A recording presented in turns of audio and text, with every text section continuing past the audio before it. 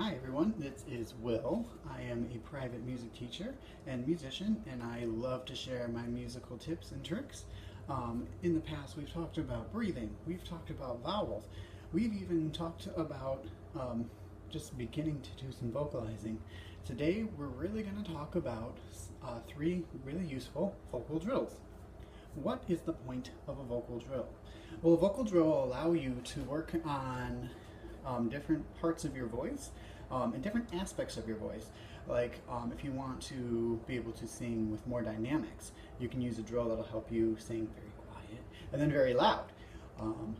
If you want to get used to singing with a larger range, so going from the lowest part of your actual voice to the highest part of your voice, you can also use a drill to help you do that. The important thing about drills is that they are only as useful as you are able to put them into music. So if you're practicing a drill, and while you're practicing the drill you seem to be the boss at the drill, like you're awesome, you're hitting it every time, you're definitely making gains and advancements, but you're not able to put it into your song, it doesn't do you much good. We'll talk about that tomorrow, or next week. This week, let's talk about three actual really easy, useful drills. So the first one is just a scale. Believe it or not, a scale can do you a lot of good. Now, first we need to talk about our dear friend Guido di Arezzo. He made this wonderful system called solfege. So solfege is that lovely thing where we sing do, re, mi, fa, sol, la, ti, do. See, 8 syllables. All we're going to do is we're going to pick a note, we're going to sing all the notes going up to that top note, and then sing all the notes going back down. We aren't going to be singing every single note, so we're not going to hit every single note like we're going in chromatics. We're literally just going to go in steps. Alright, so your first vocal drill. Here is a scale. Do, do, re, mi, fa, sol, la, ti, do, ti, la, sol, fa, mi, re, do. Your turn.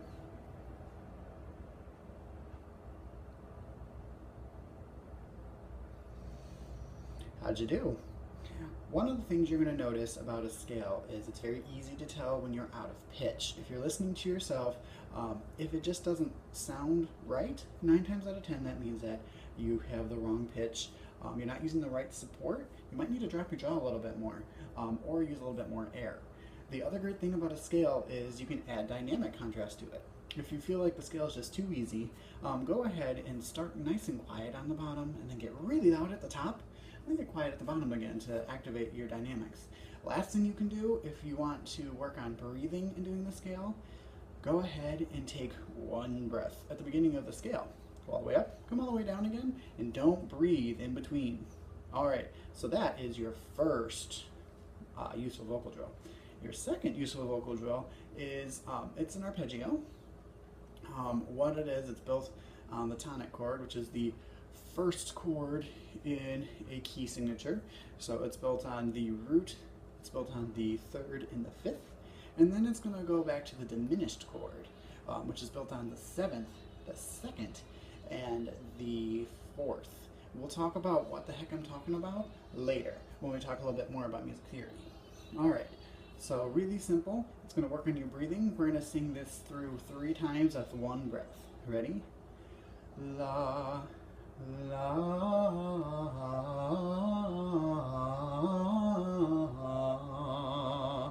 you go ahead and try.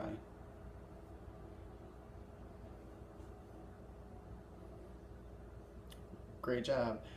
If you're finding it difficult to get the chord going downward, that's not shocking. A lot of the times we practice going upward so frequently, when we have to sing a broken chord going downward or a diminished chord, we have a hard time hearing it. So go ahead and feel free to backtrack this video a little bit, listen to the notes a couple times, and keep working on it. The reason why we only did one breath is because we really want to get that air supply going. We want to figure out how to allocate the air to make sure everything stays nice and even. We want that clear, even sound across the board. Alright, the last drill is really, really easy, and it comes in so many different forms. We're literally going to do an octave jump. An octave is going from one note at the bottom of a key, so if we're in the key of C, C, to the top note of the key, which also happens to be C.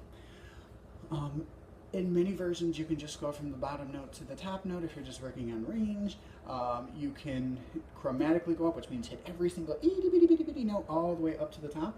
What I prefer to do is I refer to this as my rubber band drill.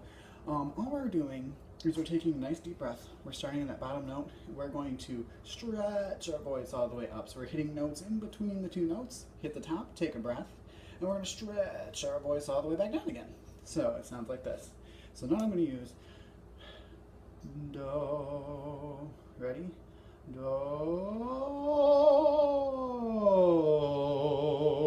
You try.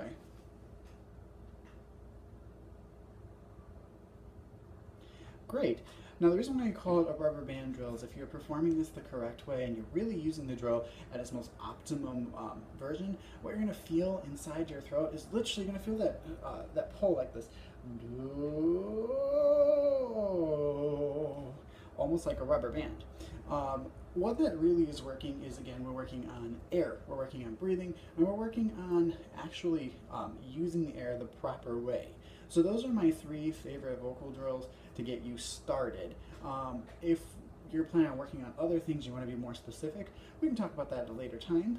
Make sure to go ahead and leave any questions or any comments in the comment section. Click like and please subscribe, and feel free to share with all of your friends, and I will see you all next week. Have a good day. Bye.